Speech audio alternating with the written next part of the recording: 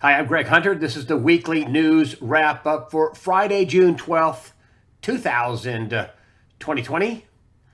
The WNW 435. And listen, we need to start right here at Ephesians 6:12. Because this is really what we're talking about. Good versus evil. Not Democrat versus Republican, not liberal versus conservative. This is good versus evil. And Ephesians 6:12, for we wrestle not against the flesh and blood, but against principalities, against powers, against the rulers of darkness of this world, against the spiritual wickedness in high places. Folks, this is, written after Christ's resurrection. It totally describes what's going on today. We are not battling just people. We are battling wickedness. We are battling pure evil. And look no further than Seattle and their autonomous zone. Let's just start here. I can't believe this is even happening. The Seattle Autonomous Zone it's called Chaz, the Capitol Hill Autonomous Zone. It's its own country. Now she has heavily armed warlord as crime spikes 300%. President Trump tweets out, anarchists just took over Seattle, and the liberal Democrat governor just said he knows nothing about it. Of course, he knows about it. He's approving it. This is, Mayor Jenny Durkin, evidently told the police department to evacuate. They did. They evacuated everything, and they moved everything out of there. I mean, this is a coordinated thing. They didn't just went overrun. They evacuated it. She's supplying porta potties and sending in sanitation crews to clean up the streets down there. They're also talk about how they're extorting businesses for money and food down there and whatever. No, there's no law down there. The police are completely backed out. The governor is allowing this to happen. The mayor is allowing this to happen, ordered it. Democrats, all over the country are saying nothing about this. They're in on it in some way. What we have going on here is I think about this all week long. It takes me a while to put this together. I don't just come up with it. I ponder it. We have a giant psyop going on. That's what all the generals coming out now. Milley, the Joint Chiefs of Staff, coming out. I'd fire him. I'd fire Esper. You have people like General Kelly, who is having an affair with another cabinet member, and also not so mad or maybe crazy Dog Mattis, who's also coming out. These people are all. This is all a psyop. The celebrities coming out, the donations, a psyop to make you think that a majority of people approve of what's going on. The Chaz, anonymous zone, all that stuff. That more people are wanting this anarchist, Marxist, communist, globalist. This is all puppet mastering, folks.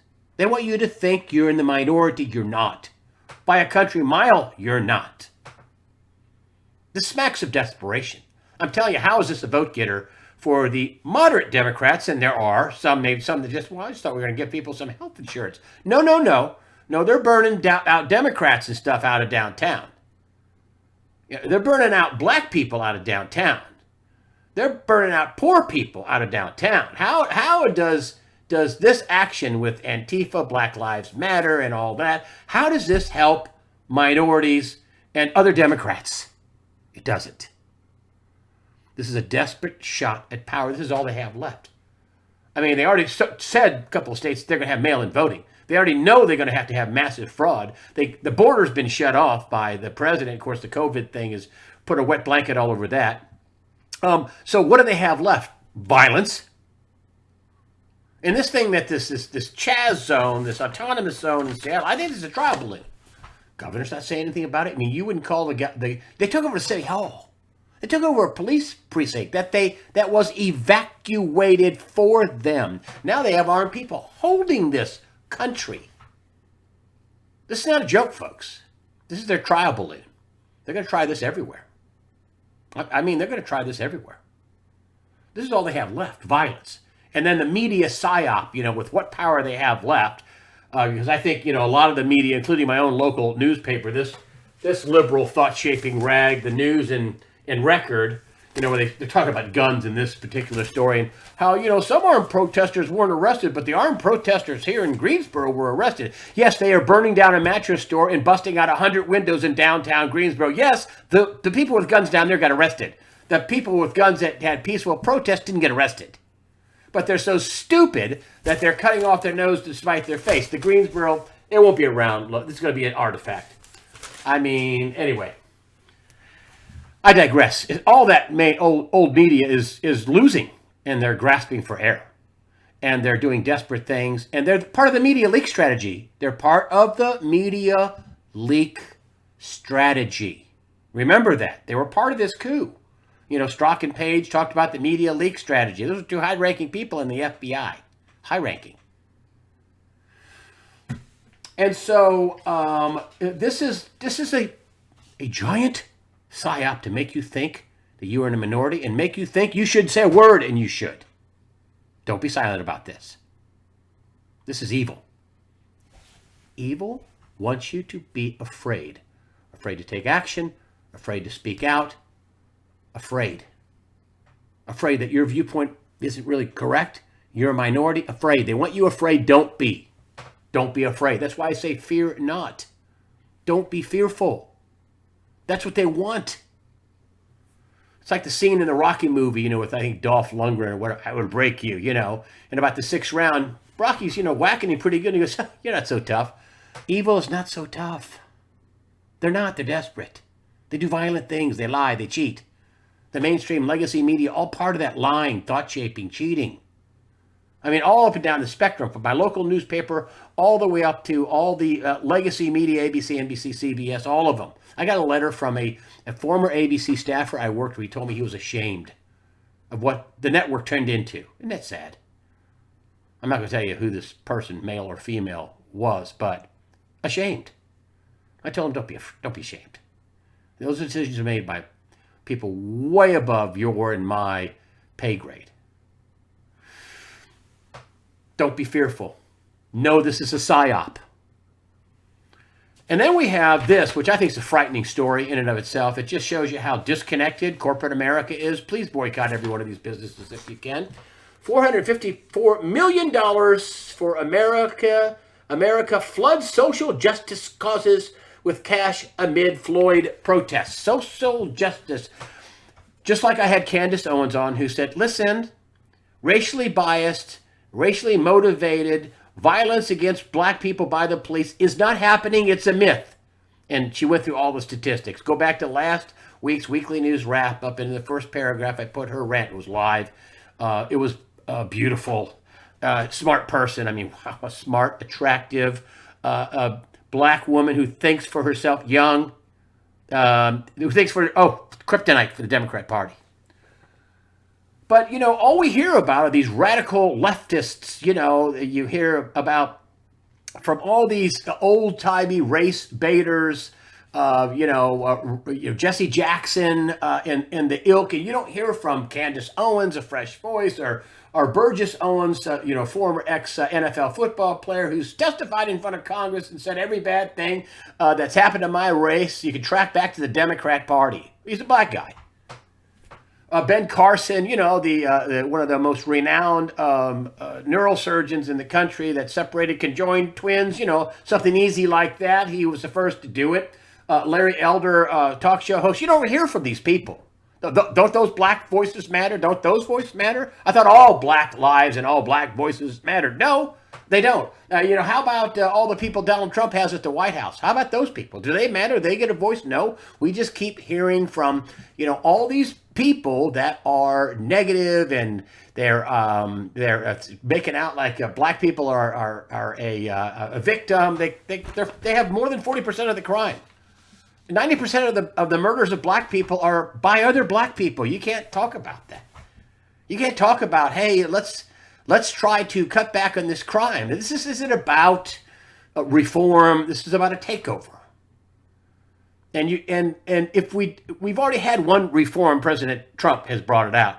What about stopping all this crime? What about all these children, more than 70%, born out of wedlock in the black community? Anybody going to stand up and talk about that? Where are those voices that are going to talk about that? Well, I believe Larry Elder and people like Candace Owen, Burgess Owens, and Ben Carson, they would all love to talk about that kind of stuff to really actually improve the black race. Help them. Not, back as I saw a funny kind of illustration where, back in back in the day, back in the 20s, 30s, 40s, you had people with hoods burning out black businesses. Now we have people with masks and hoods burning out black businesses, Antifa. I mean, black people are being screwed here. You want to help black people? Stop burning their business down. Stop destroying the places where they live and eat and work and have jobs. How does that help them? It doesn't. And you don't hear from any of the voices that speak out to actually improve things for black people.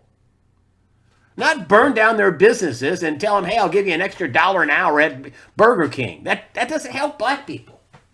And let's talk about Black Lives Matter. Have you ever gone to the website? Oh, I'm going to get crap for this, so expect this to be demonetized, all right?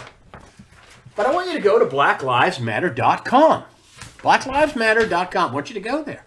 I want you to read this for yourself, because I did. I couldn't believe it when I heard about this. And I got some experts here. It's blacklivesmatters.com, what we believe. This is on their website. You can't miss it. What we believe. Let's read along with some of what they believe. This gets down about the middle of what they believe, but it's pretty revealing. We make space for transgender brothers and sisters to participate and lead. We are self-reflective and reflexive.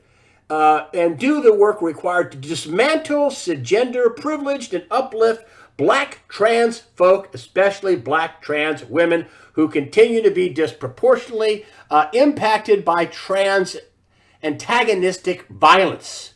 We build a space that affirms black women and is free from sexism, misogyny, and environments in which men are centered. It tends to sound like they want men in the home. We disrupt the Western prescribed nuclear family. They don't want mommy and daddy at home. We foster a queer affirming network. It's on their website, folks. And I really wonder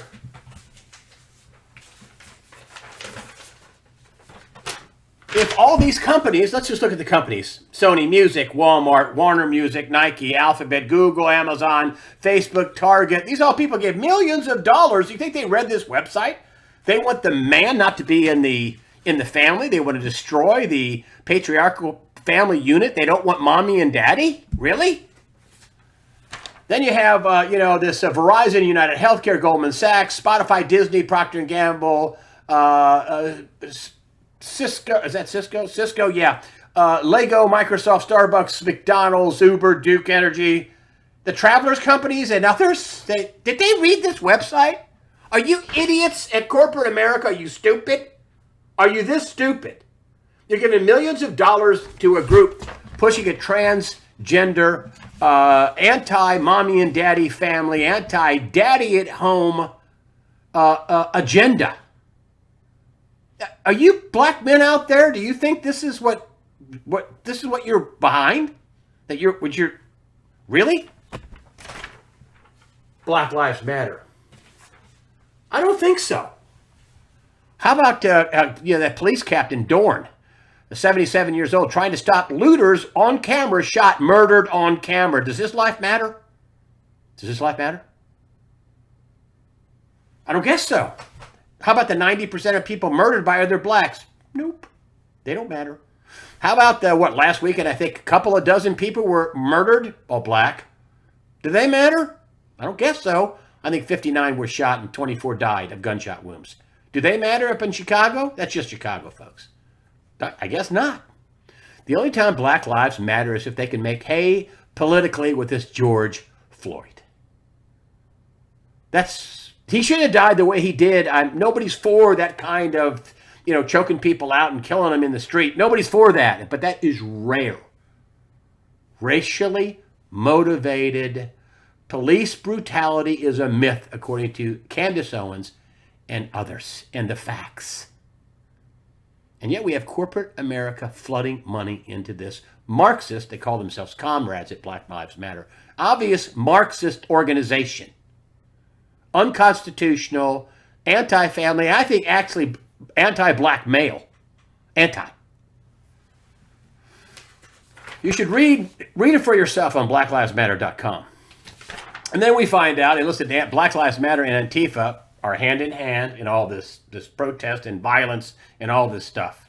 They're there when the violence is happening. Are they participating in it? I don't know for sure, but Antifa certainly is. And they've been designated a terrorist organization. And here we have Antifa secret funding exposed by Project Veritas, real journalist here, Bravo. Follow the trail of dark money. Project Veritas on Thursday revealed a trail of dark money funding Antifa. The people that are doing it, the shell company or the front people, refuse fascism, uses Antifa-like tactics. Then the organizer claimed that they received money from, wait for it, George Soros, and met with Tom Steyer, advisor. Series called Expose Antifa. Hey, George and Tom, you do realize that if you're giving money to a terrorist organization, you're funding terrorism. You could be up for some pretty big charges and lots of trouble if you're funding a terror organization for your crazy ideas of that are Marxist, communist, godless, New World Order, globalist. It's unbelievable. And listen, you cannot debate this ideology. This is not about helping black people. If it was about helping black people, which I'm all for, helping all people, including black people, no, this is about the veil of anti-racism and social justice to push a Marxist, communist political view. That's what this is. This is an attempted or beginning attempted takeover of America. Period. The end. That's what this is. So this idea about we're going to rename the military bases, stupid. We're going to have we're going to reform the social justice system. Forget it. That's not what this is about. You have George Floyd's brother, make it stop. How about you stop all the crime? How about you get out there and talk to young men about stopping the crime? How about we figure out how we can get some good jobs and some good careers for black people instead of $1 an hour at the Taco Bell more than what they're making now? If you can even find that job. I saw one report that says of the jobs that are going to be coming back, 4.5 people are going to be applying for every one job. Folks, we're in deep trouble. And then we have Nigel Farage. He was, had the same stuff over there. The Brexit leader out at LBC Radio after comments critical of Black Lives Matter. Nigel Farage labeled Black Lives Matter a Marxist organization that wants to abolish police and dismantle capitalism on GMB this week, their radio station. He called it a violent mob for destroying a UK statue over there and throwing it in the river. You cannot question the narrative or you will be fired. How dare you question this narrative? You will be fired, you will be cut off, or whatever. And then you have useful idiots, and they don't even know where that term comes from, like this NASCAR driver. I can't breathe. And, black driver speaks to NASCAR's faithful fans. Yeah, you're pushing a myth. Racially motivated police brutality and murders on black people. It's so rare, it's rare. It's much rarer than police brutality on white people. And black people are 13% of the population and commit at least 40% of the murders, the crimes, the violent activity. That's only 13%. If you knock out, as Candace Owens did last week, if you knock out all the old and the women and the kids, and you get 6% of the male population committing 40 to 50% of all the crime in America? And they're not going to talk about that? Oh, can't talk about that. No, we're the victim. No, we're the victim. Black people are the victim, they say. The far left of this party. The Sharptons, Reverend Sharpton, Jesse Jackson. Oh, we're the victim. We never do anything wrong. That's not what the stats say. And that's not what other black voices that should be heard say. And these people, the Owens and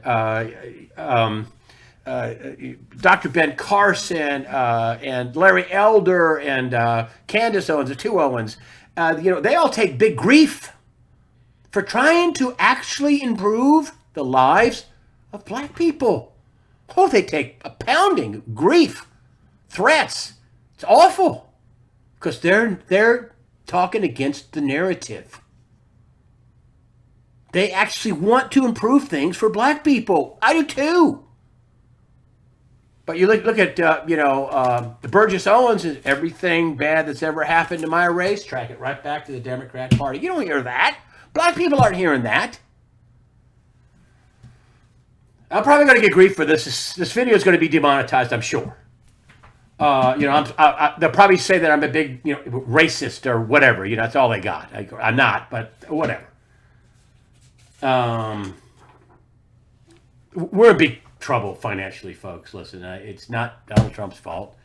He did really superbly for coming into the office. They've tried every hoax they can. Now they're attacking the economy with COVID, and now the burning out the center of big cities like New York and Los Angeles. Got all kinds of problems down there with the homeless, and the New York City had tons of businesses burned out down there. They still have the COVID thing, that all this stuff going on. Minneapolis has been burned out. You got candidates running, the Democrats saying, "Hey, who cares if they loot? Let's burn it down." I mean, it's the world we're living in. We're good and evil, folks. I mean, could you imagine somebody running for office saying, "Who cares if they're looting? Burn it down"? I'm running for office. I would be your congressman. I don't know how that. Listen, I don't know. I think the internal polling at the Democrat Party shows they're going to get creamed. Even no matter how much cheating they do, they can't cheat this much. I think they're going to lose and not just because all the Trump supporters are going to come out. I think they're all going to come out because they're scared out of their minds, and they're crazy if they don't vote. But I think Democrats. There is a section, a large one, including Hispanics and blacks and whites and Democrats are like, whoa, whoa, whoa, whoa, whoa. Well, I'm not voting for this. No, you need to stop this burning stuff down in the streets. No matter what color you are. Come on, can we all agree burning down stores and burning out businesses and burning down the centers of cities and burning down black neighborhoods and jobs and burning down white people out of... Can't we just admit that burning people out of business is a bad business plan? I think it is. Unless you want to take over a country. And I just had Nenner on Charles Nenner. I don't mean to, no disrespect. Great guy. Smart guy. And he says, I got all my people out again. We played the bounce. It's like a bouncing ball. It bounces and bounces and bounces. And he thinks it's, lower highs and lower lows. And he's sticking by his guns. We're going to 5,000 on the Dow. I've had people call me, how do I play this market? Stay out of it. Pay off your house. Pay off your stuff. Buy some gold. Buy some food. Stay out of the market. Don't be cute. You're going to get a frying pan in the face. Meet frying pan. Dow crashes 2,000 points from highs, then it recovered by 1860. Look at that chart. I mean, we're back to, last Tuesday? Oh, market's going great. No, it's not. Boom. Hello? This is a sign of a healthy market? I don't think so. And we just had another 1.3 million, more than a million and change, apply for unemployment. We're well over 40 million people unemployed. Oh, but it's decelerating. Oh, okay. That's like, wow, I'm going to drive into this brick wall. Now, I'm doing 120, but if I could just slow down to 60 and cram into the wall, that'd be great. And then you have a third of renting Americans worried about next payment as recovery hopes fade. That's what this 2,000 point drop's about, not that next round of COVID. This is Zero Hedge in Bloomberg. The survey showed 11% of households with a mortgage skipped servicing payments last month, and 16% say they won't be able to make payments in the future. And renters, about a third, 32%, don't know if they can make the next payment. Is that a healthy market? So, man.